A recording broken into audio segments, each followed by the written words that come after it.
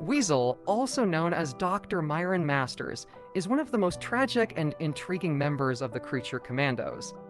This ragtag team of monsters, led by Rick Flag Seoster, is tasked with protecting a small Eastern European nation from the villainous Circe and her sons of the Miseram. As the team uncovers a larger plot threatening the world, Weasel's dark and heartbreaking past comes to light, revealing why he is such a crucial yet tragic part of the group. Weasel's story begins as Dr. Myron Masters, a brilliant but obsessive scientist whose goal was to create a serum to enhance human abilities. However, his experiments took a dark turn when he tested the serum on himself, transforming into a monstrous, weasel-like creature. The physical change was only the beginning of his nightmare. The serum also triggered uncontrollable rage, leading him to accidentally kill his wife and child in a fit of madness.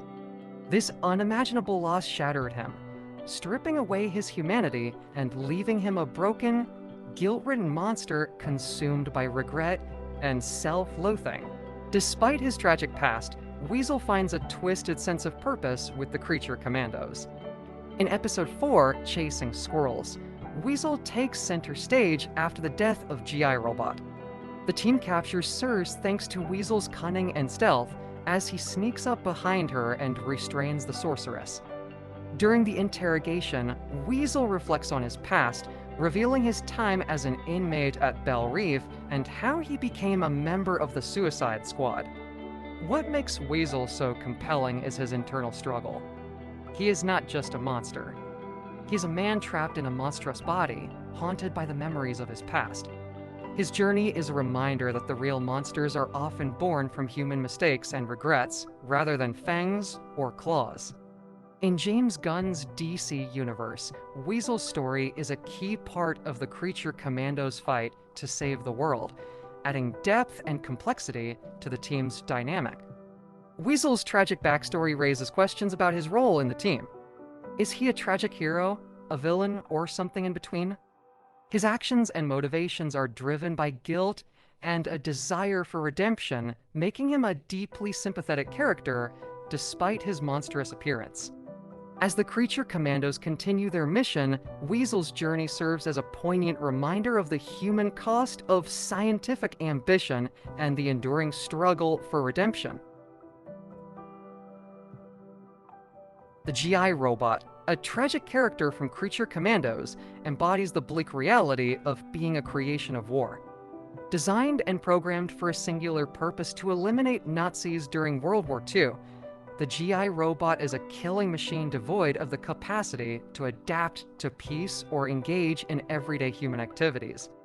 Its entire identity revolves around its directive: to kill Nazis. Once the war ends and its purpose is no longer needed, the GI Robot is discarded, much like many soldiers who struggle to reintegrate into civilian life after their service. The GI Robot's existence is defined solely by its programming. It lacks the ability to think independently, make moral judgments, or understand its role beyond its mission. It cannot distinguish between good and evil, right and wrong, as its actions are entirely dependent on the framework of war. This lack of agency renders the GI Robot incapable of empathy, kindness, or compassion. It is a tool of destruction locked in a world of violence, unable to break free from its programming. The tragedy of the GI Robot becomes even more apparent when it is decommissioned and handed over to scientists for study, despite no longer being needed for war. The robot clings to its directive, unable to function outside of it. When Sam Fitzgibbon, a collector, shows the GI Robot kindness and takes it into his home, the robot's tragic flaw is revealed. Sam is later exposed as a neo-Nazi, and the GI Robot, driven by its unyielding programming, kills him. This moment underscores the robot's inability to differentiate between a potential friend and an enemy, highlighting its lack of moral agency and the limitations of its programming.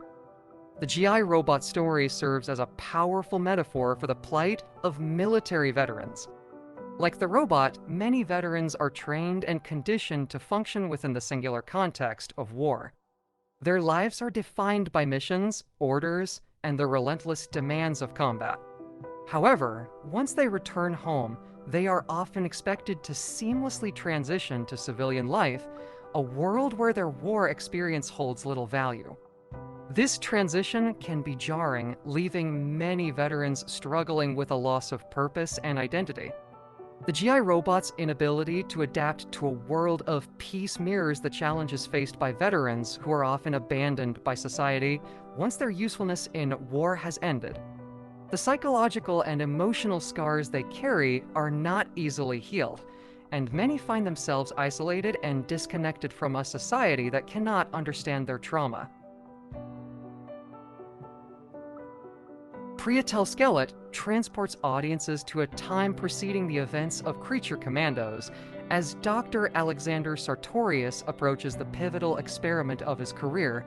Before assuming the identity of Dr. Phosphorus, Sartorius resided in Gotham City with his spouse and child. Their household had faced cancer on several occasions, with Sartorius's father and mother-in-law succumbing to the relentless illness at different points before the events of the episode.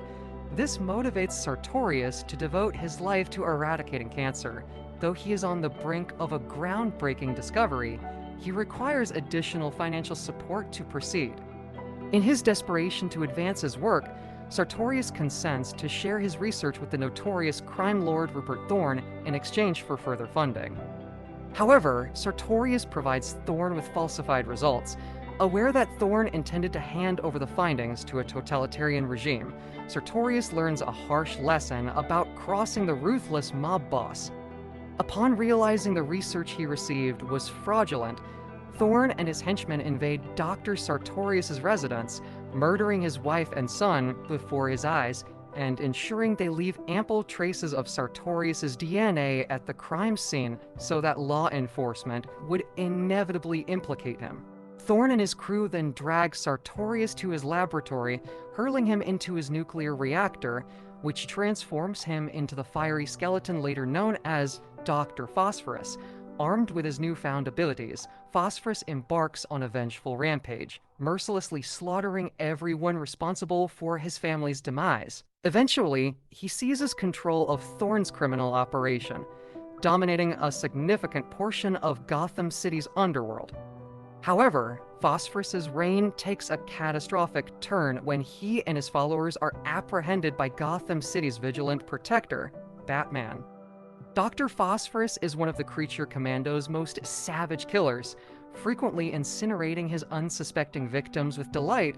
Knowing his background, viewers comprehend that Phosphorus wasn't always the remorseless murderer that he is today. Instead, he was once a devoted father and husband who lost his spirit the same day he lost his family. A sequence of cruel and heartbreaking incidents compelled Phosphorus to abandon any trace of humanity he had retained, transforming into the killer that viewers encounter at the start of Creature Commandos, much like the other members of Task Force M. Phosphorus wasn't always a monster, but rather became one after forfeiting everything he ever cherished. However, Prietel Skelet discloses that Dr. Phosphorus hasn't relinquished every fragment of his humanity. During the events of the episode, Alan Tudyk's ECU character finds himself taking refuge from the authorities in a house with a young Pakistani girl, while he considers murdering her to maintain his location concealed. He cannot help but be moved by her unexpected absence of fear when she encounters a peculiar skeleton figure in her home. Phosphorus consumes breakfast with the girl and continues to play with her in the backyard, ultimately departing when her parents awaken. This implies that Phosphorus still harbors a tender spot for children, recalling the son that he lost years prior. While this sensitivity may not suffice to compensate for Phosphorus's other ruthless deeds, it at least demonstrates that he isn't entirely the monster that some individuals believe him to be. Nina Mazursky's backstory, as depicted in Creature Commandos, is a tragic tale of abandonment, experimentation, rejection, and loss. From the moment of her birth, Nina's life is marked by sorrow. She is cursed with a rare and unnatural condition that renders her lungs outside of her body, isolating her from the very beginning. Her mother, unable to cope with the abnormality, abandons her, leaving Nina to grow up without the loving care and emotional security most children receive. In the absence of maternal warmth, Nina navigates her early years in a world that does not understand or accept her. Her father, Edward Mazursky, becomes both her caretaker and tormentor. Desperate to save her life, he creates a device to help her breathe, but this is only the first step in a series of decisions that will forever alter her fate.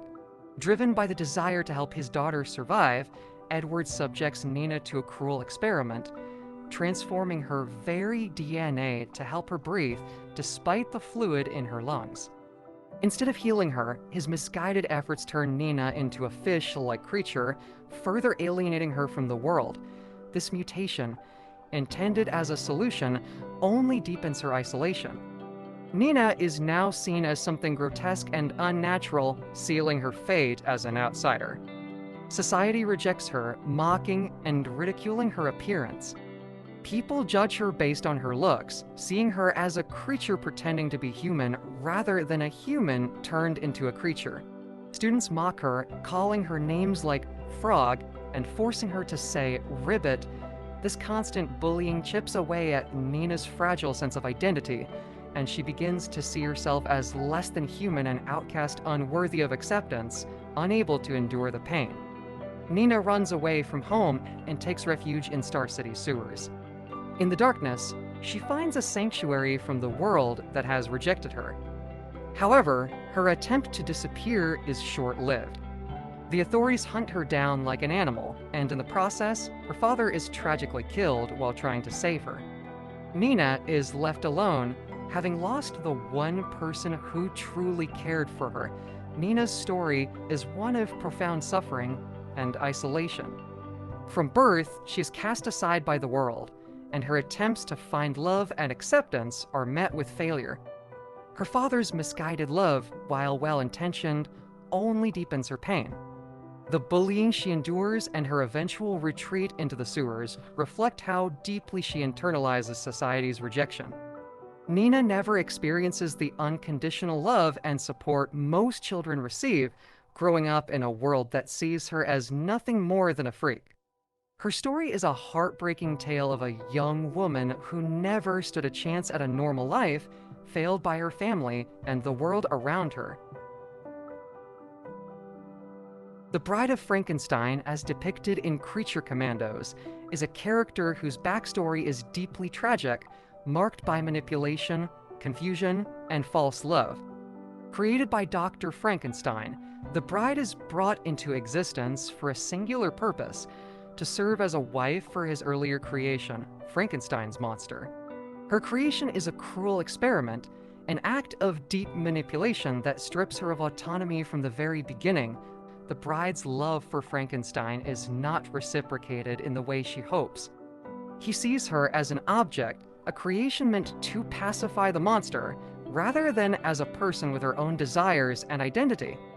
Her feelings for him deepen due to her isolation and lack of agency, as she is only allowed to interact with Frankenstein and the monster. The monster, however, complicates this dynamic. Driven by his own loneliness and desire for companionship, he believes the bride belongs to him simply because she was created in a similar manner. He is unable to understand why she is repulsed by him and instead seeks love from Frankenstein. This fuels the monster's jealousy, and in a fit of rage, he kills Dr. Frankenstein. This act of violence obliterates any chance the bride had of finding peace or autonomy. As the man who shaped her reality is taken from her, the monster's actions, while stemming from his own suffering, represent a dark twist of fate for the bride. Her world, already manipulated and controlled, is torn apart by the very being she was created to be a partner for. The murder of Frankenstein removes any possibility of the bride finding happiness or freedom.